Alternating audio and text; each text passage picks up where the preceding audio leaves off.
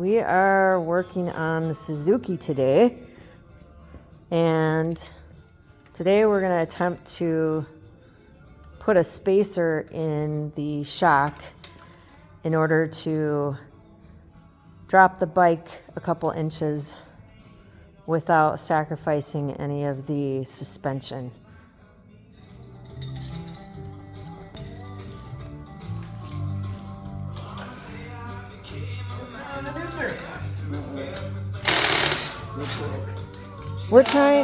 We're trying to take the we're trying to lower the bike without screwing up the suspension. And we put like the lowering links in, but now it's like way too soft. Okay. So Gotta find a better way to lower it. So apparently the way to do it is to put a spacer in the shock rather than to put the lowering links in, because then it Is it too soft or else? yeah, so it should be. These lowering links, they change the leverage on the shock and they make the shock and spring softer, which we don't want.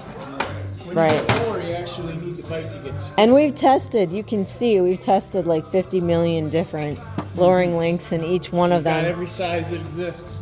So these didn't work. These are the stock ones. Okay. And I couldn't hardly stand the bike up because I'm so short.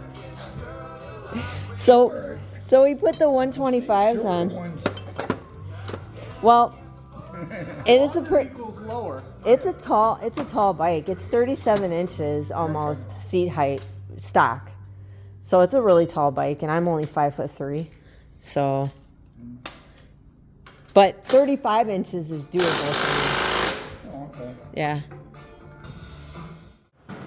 So I think what we're going to end up doing is removing the 2-inch lowering links and restoring the stock ones in this process too. And by the way, this is the Kriega bag that I attached to the bike. I'm hoping after we're done with the shock work today, I'll be able to ride this bike home and try to find a spot in my garage for it. Almost, eh?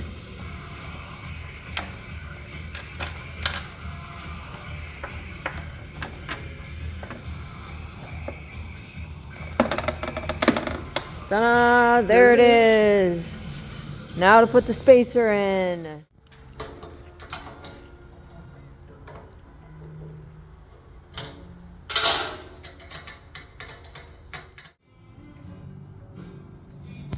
This is the spacer, and it's going to be going right here, and it's going to effectively drop the bike 2 inches without using a lowering link. We got the shock apart, and now we're going to put the spacer in.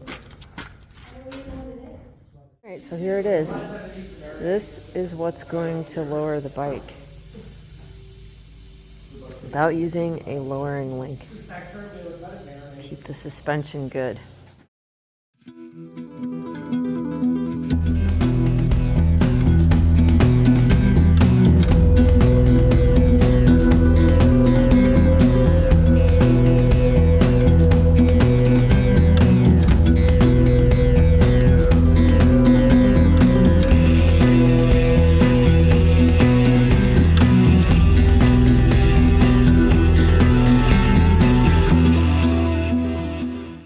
The infamous Race Tech tool. That shipping costs almost as much as this stupid tool, but now we're going to be able to get in here and fill the stock with oil because this thing fits right in here perfectly.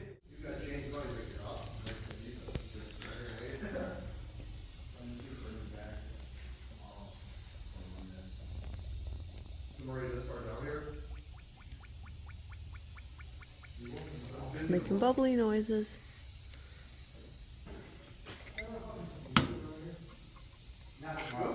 This is bleeding. Bleeding it, right? Okay. All right. These are some of the special tools we used. What is this tool? That's That's what do they call it? A zero loss Yeah, okay. filler. I was reading that you should use one of these. You have to. Yeah, okay. And then now the shock is together again.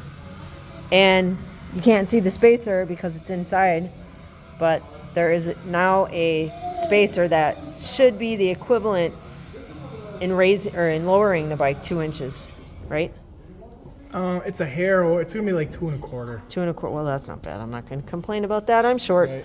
Okay, cool. The project was a success.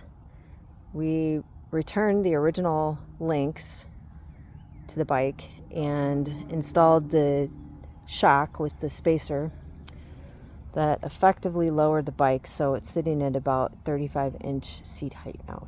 So that's a little bit more doable for me, and looking forward to riding it home. They call me a